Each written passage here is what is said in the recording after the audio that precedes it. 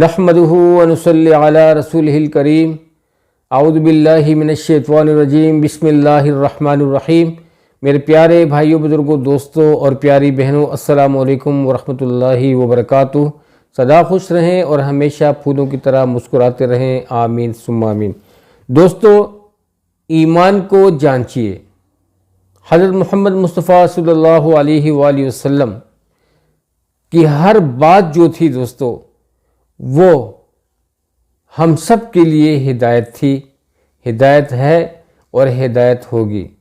جن لوگوں نے آپ صلی اللہ علیہ وآلہ وسلم کی ہر بات پر عمل کیا اور ان کی ہر بات کو اپنی زندگی کا حصہ بنایا، یعنی آپ صلی اللہ علیہ وسلم کی زندگی کا ایک ایک حصہ سنت کہلاتی ہے، جنہوں نے ان سنتوں کو اپنایا وہ لوگ سوسائٹی میں کبھی پیچھے نہیں ہٹے، پیچھے نہیں رہے، بلکہ ہمیشہ آگے رہے اور ہمیشہ عزت پائی۔ تو آج کی اس حدیث شریف میں جس چیز کے بارے میں بات ہو رہی ہے، وہ اس بارے میں بات ہو رہی ہے کہ اپنے ایمان کو جانچیے۔ حضرت محمد مصطفیٰ صلی اللہ علیہ وسلم فرماتے ہیں، وہ شخص مومن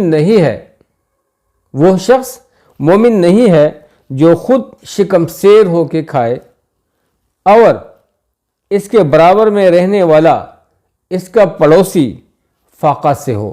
دوستو، یہ تو آپ لوگ خود ہی سوچ لیں کہ آج ہماری زندگی کیسے ہے۔ آج ہماری زندگی ایسے ہے کہ اگر ہم لوگ باہر نکلیں اور اپنے کسی پڑوسی سے پوچھیں کہ بھائی کھانا کھایا کہ نہیں کھایا، تو وہ کہتا ہے کہ بھائی ابھی تک تو نہیں کھایا، تو یہ کہتا ہے ارے بھائی ہم نے تو کھا لیا، مطلب کہ میں نے کھا لیا جیسے سب نے کھا لیا۔ دوستو، یہ گوارا نہیں کرتے کہ اس سے پوچھا جائے کہ بھائی آپ نے کھانا کیوں نہیں کھایا؟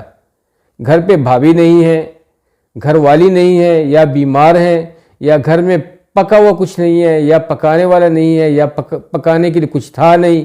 تو دوستو، یہ ہم لوگ گوارا نہیں کرتے ہیں، ہم لوگ کہتے ہیں بس ہم نے کھا لیا، سب نے کھا لیا۔ تو یہ دوستو، اس حدیث شریف میں کتنی سخت وعید بیان ہوئی ہے کہ وہ شخص مومن نہیں ہے۔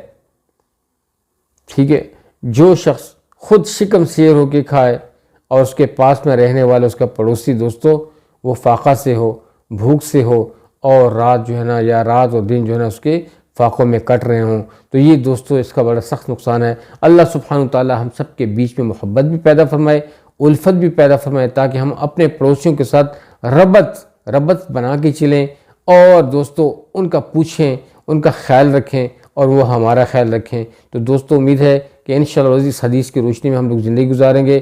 اللہ آپ لوگوں کو بہت خوش رکھے، زیادہ وقت دین کو دیجیے گا۔ آپ صلی اللہ علیہ وسلم کو آپ صلی اللہ علیہ وسلم کے حدیث کو جو وقت دیتا ہے تو اللہ سبحانہ وتعالیٰ ان کو چمکاتا بھی ہے دوستو، ان کو چمکاتا ہے۔ تو اللہ تعالیٰ ہمیں اس حدیث پاک پر عمل کرنے کی توفیق عطا فرمائے۔ سب کے ساتھ شیئر کریں، سب کو بتائیں دوستو۔ اجازت چاہتا ہوں، السلام علیکم ورحمۃ اللہ وبرکاتہ۔ جزاک اللہ۔